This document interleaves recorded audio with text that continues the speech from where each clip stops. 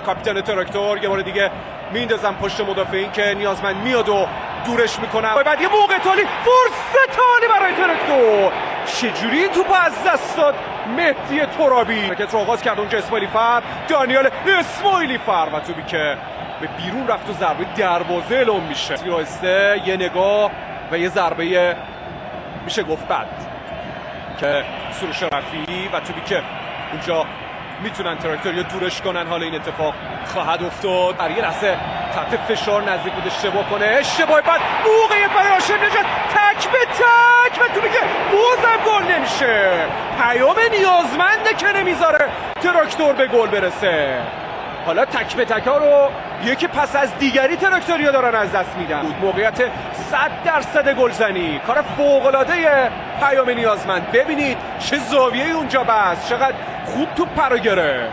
تشخیص نداده داور، پاس خوبش، موقعیت خوب، فرصت عالی و ابرقویی که اونجا توپشو بفرسته رو دروازه. همین اتفاقا میفته اما ارسالش ارسال جالبی نیست. حالا ارسالش انجام میده داخل محوطه جریمه. موقعیت برای تراکتور، این ضربه از امیر حسین زاده.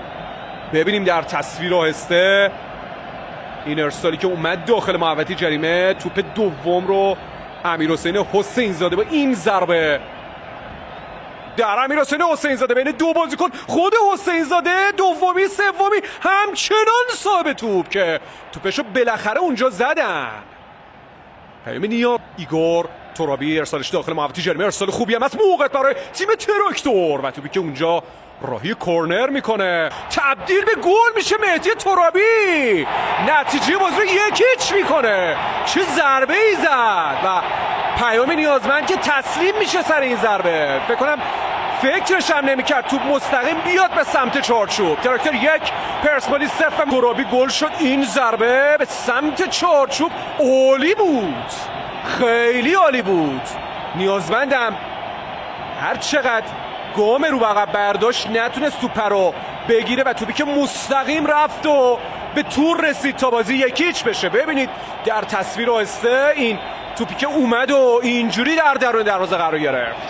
تراکتور 1 پرسپولیس 0. این بازی میتونه جذابتر و زیباتر و قشنگتر و پرهیجانتر هم دنبال بشه. اونجا توپ رو میبرم به وسط. موقع برای حرکت شکاری، یه ضربه از روی توی دروازه، گل که اونجا نه. شکاری که پاس ارسال کرد برای علیپور و ضربه‌ای که زده شد و داور قبلش بازی رو متوقف کرده بود. گل نشد کلا فکر کنم. ضربه دروازه ببینید من اشتباه کردم. آره رفت کنار دروازه، عذرخواهی میکنم. موقعیت برای علیپور، کار خوب، فوق العاده خطرناک. موقعیت برای تیم پرسپولیس، خودش رفت که در اختیار بگیره. ارسالش با دخالت محمد نادری راهی کورنر شده. هالیلوویچ از پشت محوطه جریمه.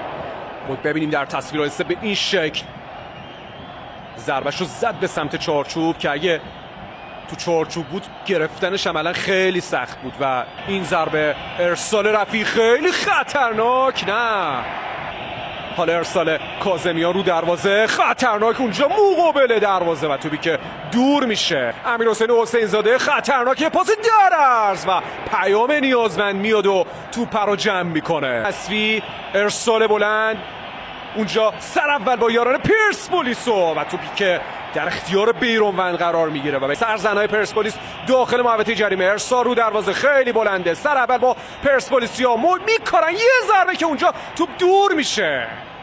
توپ بلوکه شد و برگشت. یه بار دیگه، یه فرصت دیگه، یه موقعیت دیگه، بازم داخل محوطه جریمه. پر استرس داره دنبال میشه. نیازمندم جلو میاد تا شاید از آخرین بخت تیمش استفاده کنه برای زدن گل، به تساوی کشوندن بازی.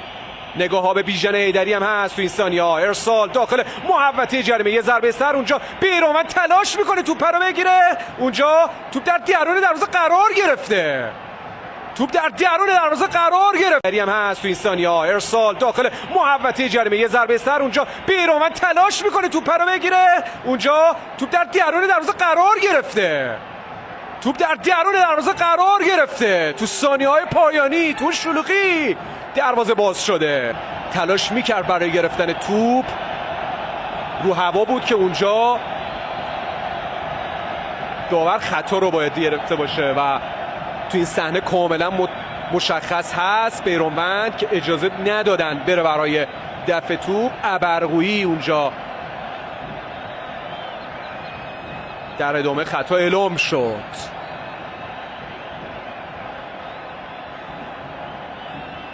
ببینیم در تصویر آهسته تو این سن تا نظر وی رو بشنوند. دوتا کمک داره آقای حیدری در وی که خدا دادی که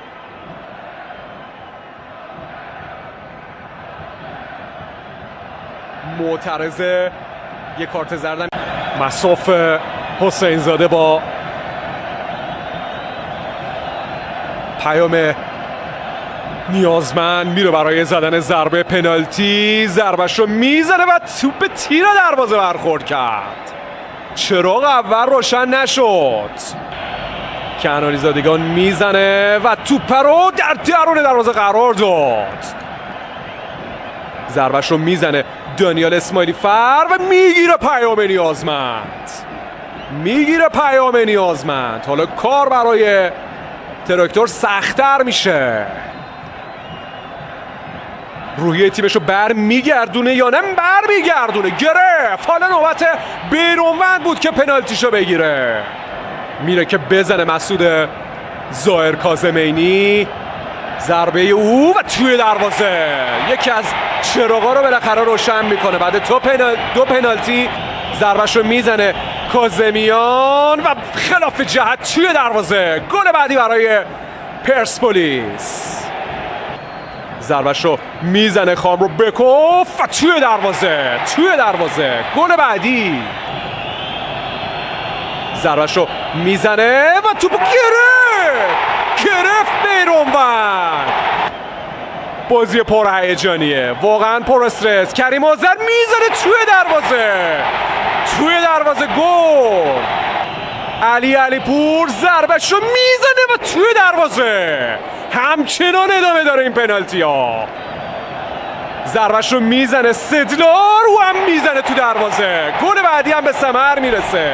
فرشاد احمدزاده. پنالتی آخره یا نه؟ فرشاد احمدزاده میزنه توی دروازه. گل بعدی هم به ثمر میرسه. مصاف او با فرجی. ضربه فرشاد فرجی گرفت توپ رو. گرفت تا شاید ضربه بعدی ضربه نهایی باشه. ضربه رو میزنه و گرفت. برای تیمشون شجاع ضربش رو میزنه توی دروازه. زیرتاقی زد همچین و شکاری چه خواهد کرد؟ ضربه رو میزنه خلاف جهت و بازم گل. در مصاف با پیام نیازمند پنالتی خودش رو میزنه تو دروازه. بله میلاد محمدی، شاید پنالتی آخر باشه، شاید نه. این ماراتون پنالتی ادامه داره. آقا چی میشه؟ این پنالتی توی دروازه و بازم گل. در مصاف با نیازمند بیرونوند میزنه توی دروازه. خوب زد پنالتی خودش رو میزنه و توی دروازه. نیازمند نمالی میزنه. امیرحسین حسین زاده ضربش رو میزنه، اینو گل میکنه. مصافش با بیرونوند. ضربه کنانی زادگان میزنه و میگیره بیرونوند.